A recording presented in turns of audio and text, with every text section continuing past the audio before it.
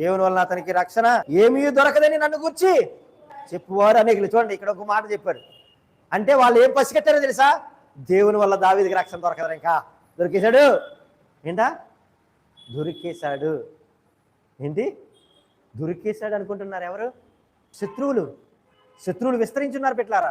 మనకి కూడా చూడండి, ఒక శ్రమ తర్వాత ఒక శ్రమ, ఒక శ్రమ తర్వాత ఒక శ్రమ చుట్టుముట్టేస్తుంది ఉంటుంది మనల్ని. ఆ సమయంలో అరే ఇందులోంచి తెలుగులేదు, మరొక శ్రమ పట్టేది మన మీద, మరొకటి పడిపోయింది అనుకుంటాం.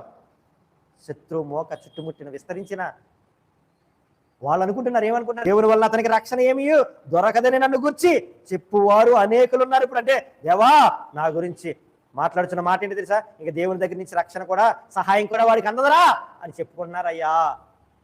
చెప్పుకుంటున్నారు అని విలపిస్తున్నాడు పెట్టారా. దేవుని దగ్గర నుంచి రక్షణ లేదు అని అనుకుంటుంటే వాడు దావీదు విశ్వాసం ఏంటో తెలుసా? దావీదు విలాపం ఏంటో తెలుసా? దావీదు ప్రార్థన ఏంటో తెలుసా బిడ్డ? దేవుడు నన్ను రక్షిస్తాడు, దేవుడు నన్ను రక్షిస్తాడు, దేవుడు నన్ను నిలబెట్టుతాడు, దేవుడు నన్ను నిలబెట్టుతాడు. నీవే నాకు కేడుముగాను, నీవే నాకు అతిశయాస్పదముగాను, నా తల ఎత్తువాడుగాను ఉండు. అబ్బా దావీదు మాటలు చూడండి. వాళ్ళు అలా మాట్లాడుకుంటున్నా నువ్వు నాకు కేడువుగా ఉన్నావు నా దేవా. కేడమంటే తెలిసి పెట్టారా? నీ మీద ఏ శత్రువు బాణం పడదు బిడ్డ అన్నాడు. అదే మాట పరిస్థితులు చూస్తే అలా లేవు. బట్ దావీదు ఆలోచన ఏంటి తెలుసా? నువ్వు నన్ను నా తల ఎత్తుతావు, మరలా నాకు ఆశీర్వాదాన్ని ఇస్తావు, నువ్వు నాకు కేడుముగా ఉన్నావు, నా అతిశయాస్పాదము నీవే ప్రభువా. ఎంత విశ్వాసమో చూడండి పెట్టారు. వాళ్ళైతే రక్షణ లేదని ఇంకా అయిపోయాడు దావీదు అని వాళ్ళు మాట్లాడుకుంటుంటే, దావీదు మాట్లాడుతున్న మాట ఏంటంటే యెహోవాయే నా రక్షణ, ఆయనే నా కేడము, ఆయనే నా ఎత్తును, నా ఆశీర్వాదం, నా సింహాసనం వల్ల నాకు ఇచ్చును అని మాట్లాడుతున్నారు పెట్టారా.